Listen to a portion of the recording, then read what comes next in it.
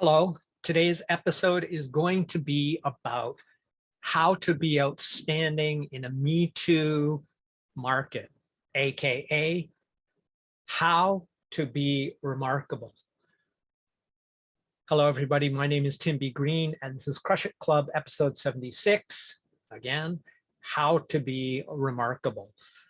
So, to be remarkable is to be the opposite of, or at least uniquely different from everyone else. Now, I like to use the term LCD, as in lowest common denominator, which is equal to good enough, which is unremarkable. According to Seth Godin's definition of remarkable from 𝗵𝗵𝗃𝗀, there's a quote from that book, and that is, if you're remarkable, it's likely that some people won't like you.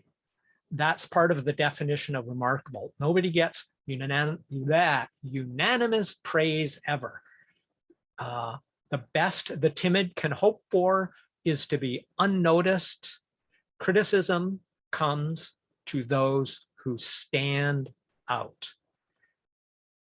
So that's really what this is about. If something is unremarkable or lowest common denominator, which is what much of the internet is, it doesn't stand out. It's the same kind of crap over and over again at the same good enough level.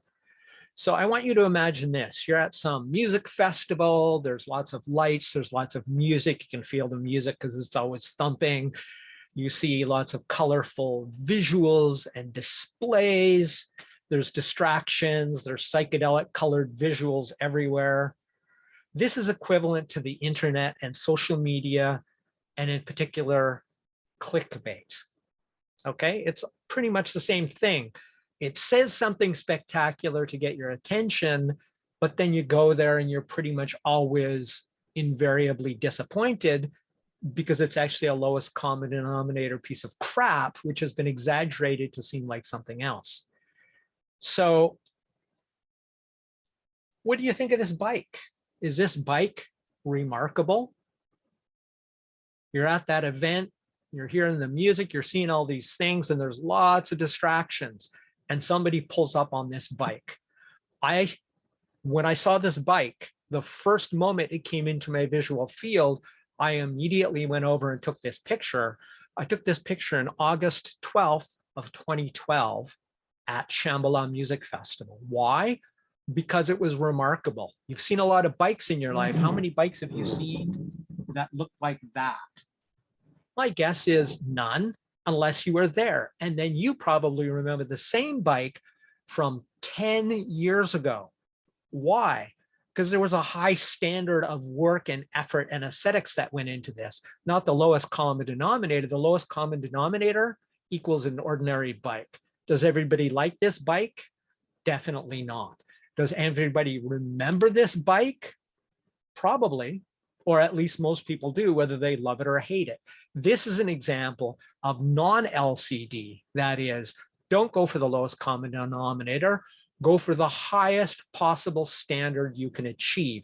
It's the reason I do these videos every day, and the reason there's something in these videos that is an immediately actionable, concrete, simple solution for you to enact in your business. I'm trying to level up leaders using science and neuroscience rather than the pseudoscience that is pervading the internet as real techniques.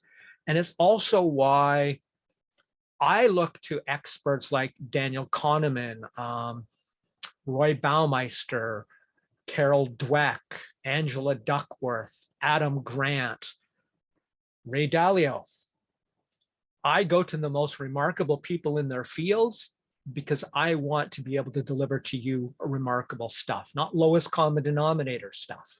That if any idiot can do it, if anybody who's unremarkable can do it, that's great, but it also makes you the same as the crowd and not standing out like this bike, okay?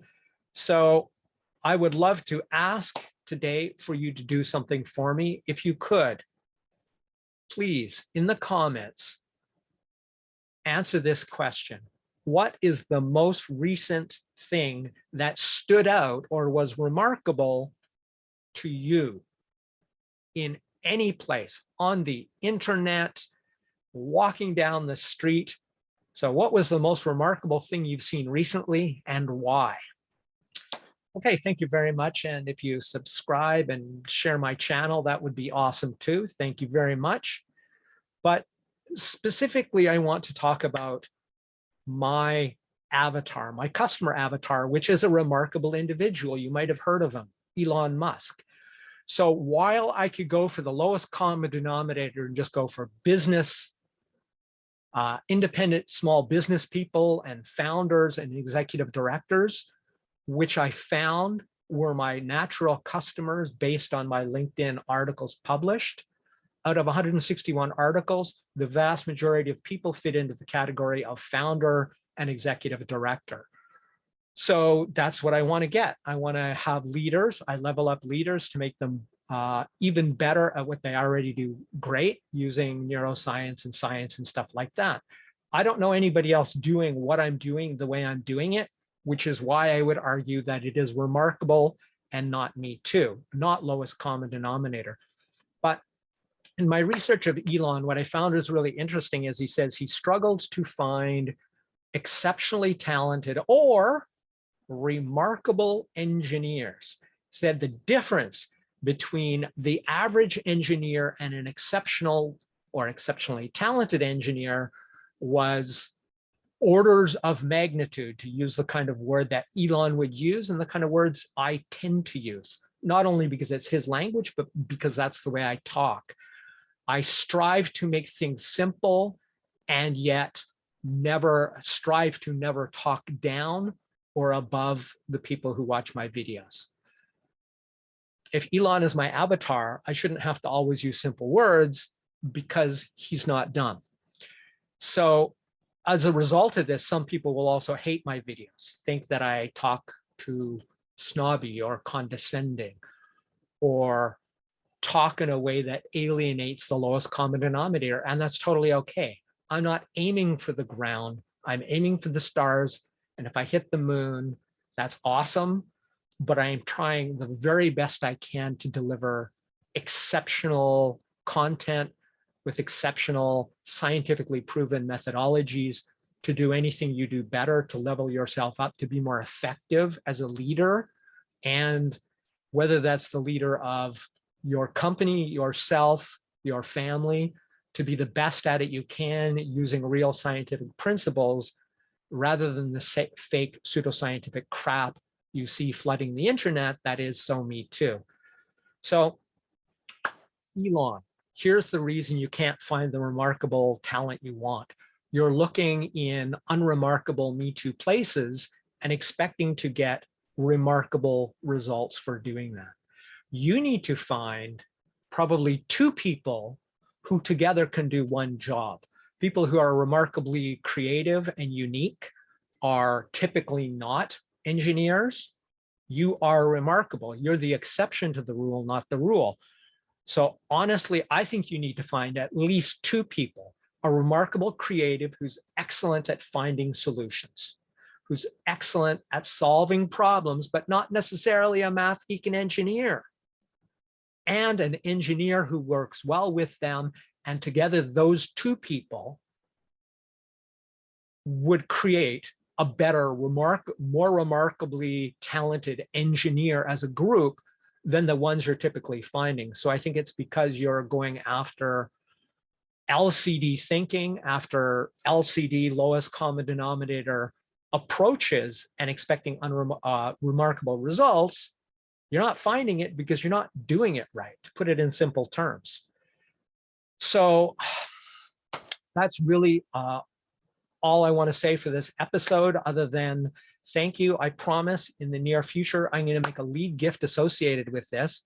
It's just not there. I haven't had the time yet. And the lead gift will be called The Marketing Power of Evolutionary Neurobiological Origins of Novelty, because novelty stands out to our brains. In any case, this has been Crush It Club, episode 76, How to Be Remarkable. My name is Tim B. Green. Bye for now.